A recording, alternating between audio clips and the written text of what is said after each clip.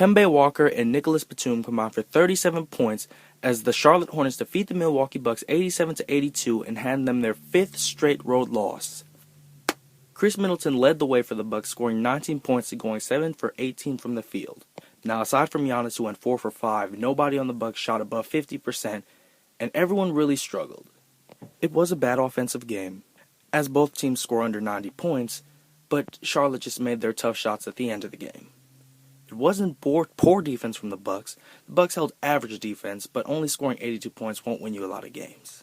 When it came down to it, it wasn't the second half that killed the Bucks like it has been in previous games. They actually had a solid second half, especially Greg Monroe, who scored 11 points in the third quarter alone. But with 5 fouls, he had to calm down on the defensive end, and that just allowed Charlotte to have a better chance. In the end, Charlotte just hit tough shot after tough shot, especially Nicholas Batum, who just completely embarrassed the Bucks on the perimeter, just taking bad, deep twos and knocking them down like they were nothing. The Charlotte bench, which also leads the league, not first, but in the top 5, scored 34 off the bench, while Milwaukee only had 15. And this is a little fun fact. We had 2 starters coming off the bench, Michael Carter-Williams and Jabari Parker, who were both put to the bench to help with the second unit.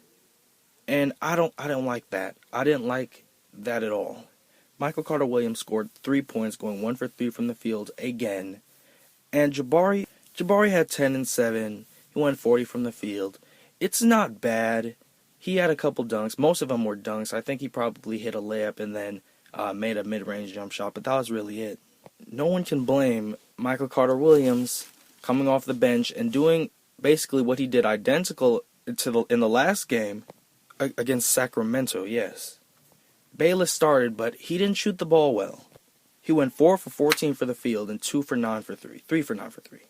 It's just not enough, and even though he has the Bucks record for most three-pointers hit in the month of November, which is a fun fact that I noticed, he has it by a long shot, is previously held by Brandon Jennings and Ray Allen with 33 apiece, and I think Bayless is now at 47 after tonight? Regardless, he didn't shoot the 3-ball well.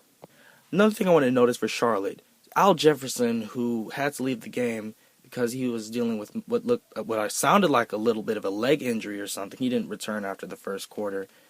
And I would like to think that the lead wouldn't have been as big if he played, even though Al Jefferson is probably a top 3 player on the team, is definitely a top 3 player on that Charlotte team. To have him sit out and then still lose by 5 for Milwaukee is kind of humiliating. But it happened. Charlotte's next game, it's going to be a home game against Golden State.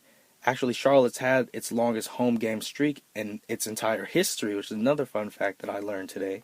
So hopefully they can beat the 18-0 Golden State Warriors. You never know. Bucks have 5 of their next 7 games coming up this week, 5 games in the next 7 days. They're going to be taking on Denver tomorrow night at 7. So stay tuned, everybody. Peace.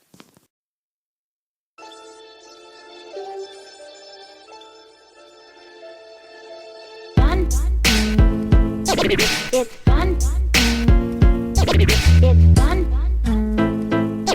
It's E-dubs.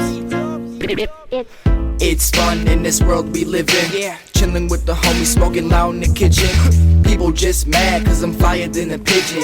People just mad cause I made it when they didn't. But soon enough, none of that will matter. I'm the rise to fame and I'm climbing broken ladders. Got no chick, but my new one